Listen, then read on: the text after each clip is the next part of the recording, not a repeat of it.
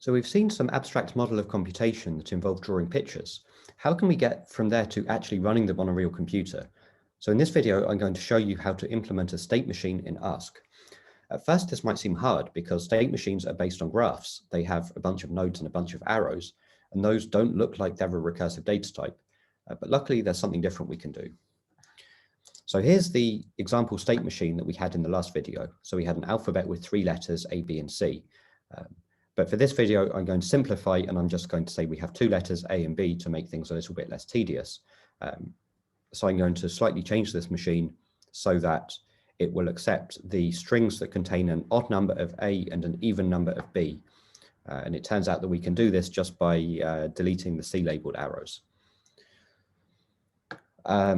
So I'm going to start by writing the alphabet as a data type. So I can say data X equals A or B. Now, we have a state machine with 4 states. So what I'm going to do is name them, and I can pick any names I like, but let's call them S1, S2, S3, and S4. So I'm going to create a data type with just those values. So I will write data S equals S1 or S2 or S3 or S4. Now, how can we write down all of these arrows in Ask? Well, it turns out I can describe them as a function. This is called the transition function, and it's going to input the current state and a letter of the alphabet, and it's going to return the state that you transition to. So here I'm secretly using an important restriction on state machines that I didn't say explicitly in the last video, which is that in every state, there is exactly 1 outgoing arrow for each letter in the alphabet. So it's never possible for the machine to get stuck, so it can never read a letter and find that for the state it's in, there's no outgoing arrows labeled by that state. That can never happen. And also, it can never be in a situation where it reads a letter and there's 2 different arrows it could take and it doesn't know which to do. So there's always exactly 1 thing to do. We can do this. So I'm just going to say that my machine has the name M. So I'm going to give it a name like transition M. And this is going to input a state and a letter of the alphabet and give us the new state. And writing this really amounts to just writing a big lookup table. So I can say state letter from state. And then in each of these states, I can say from letter.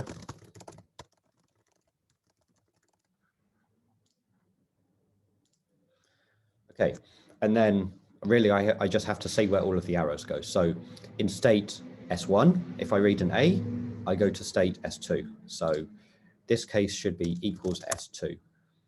And similarly, if I'm in S2 and I read an A, I go back to S1.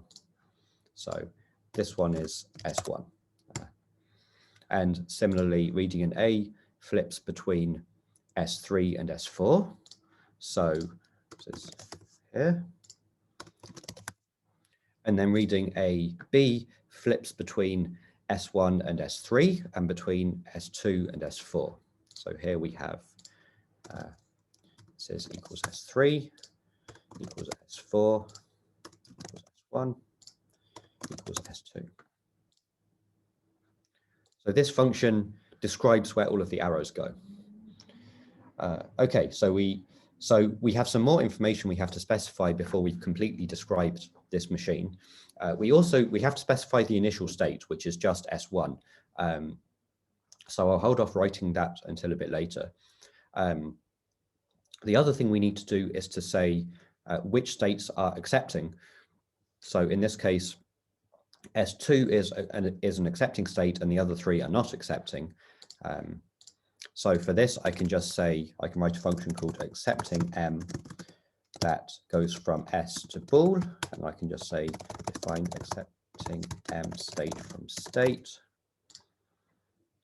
And then I can just say that S2 is true because it's accepting and all of the others are false.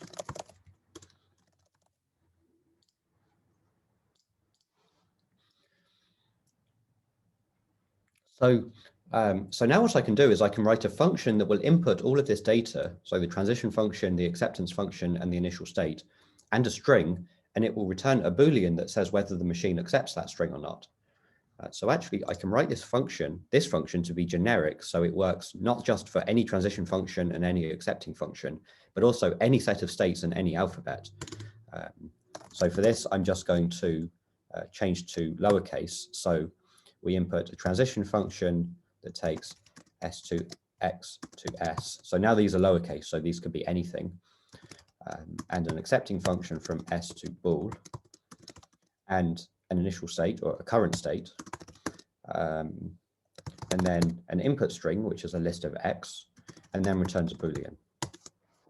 So how are we going to write this function? Well, we can do this by recursion on the input string. So I can say define run transition accepting state x's inductively x's. So this is just naming, I've named these functions and named my current state.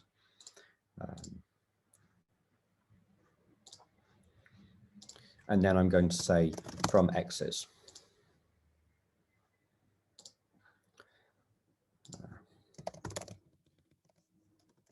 So now we have two cases. In the case where we're inputting the empty string, we have to stop and we have to decide whether we're accepting or not. And for that, what we're going to do is we're going to apply the accepting function to the current state.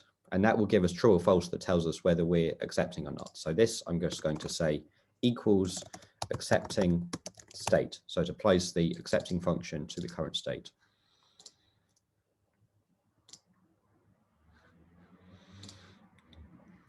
Now in the other one, we have to do a recursive call.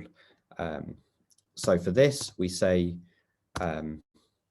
equals transition and then, equals run. We use the same transition function, same accepting function. The current state needs to change. Namely, it needs to change to the state that we get by running the transition function and the current state. And we read, the letter that we're reading is the first letter of this string, which is head. So this thing is the new state. And then the string that we have left to read after this is just tail. So this completely, so this function is what you need to run a finite state automaton. So now we can run this machine. So for example, I can say test run transition m accepting m.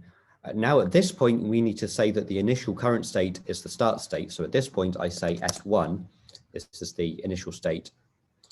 And then I can give it a string, for example, a cons b cons a cons b cons a cons empty. So this should accept because it contains an odd number of a and an even number of b. And yes, it does.